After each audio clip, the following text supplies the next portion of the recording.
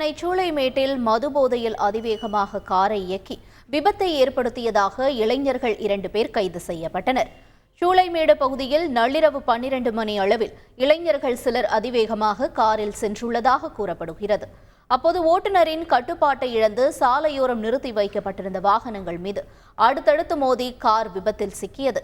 இதில் 3 கார் உட்பட 5 வாகனங்கள் சேதமடைந்ததாக கூறப்படுகிறது. தகவல் அறிந்து போலீசார் சம்பவ இடத்தில் விசாரணை நடத்தியபோது காரில் இருந்த 3 இளைஞர்கள் மதுபோதையில் இருந்ததாகவும் குறுகலான சாலையில் அதிவேகத்தில் சென்றபோது சாலையோரம் இருந்த வாகனங்களில் மோதியதும் தெரியவந்தது. காரை ஓட்டியவர் தப்பியோடியதாக கூறப்படும் நிலையில் காரில் இருந்ததாக இளைஞர்கள் 2 பேரை போலீசார் கைது செய்த நிலையில் ஆள்மாறாட்டம் நடந்துள்ளதாக கூறி அங்கிருந்தவர்கள் வாக்குவாதத்தில் ஈடுபட்டனர்.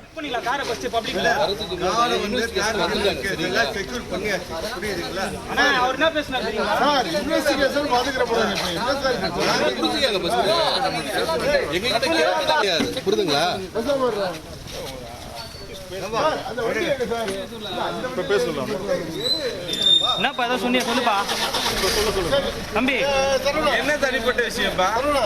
தம்பி என்ன அது தனிப்பட்ட விஷயம் சொல்லுப்பா. நீ வந்து ரோட்ல இருக்கிற கார்லாம் இடிச்சு ஏத்தி இறக்குவ, காசு இருக்குன்னா என்ன வேணா பண்ணுவியா? வேற நான் தேவையில்லாம இல்ல. உடனே நாங்கள் போலீஸ்க்கு இன்ஃபார்ம் பண்ணோம்.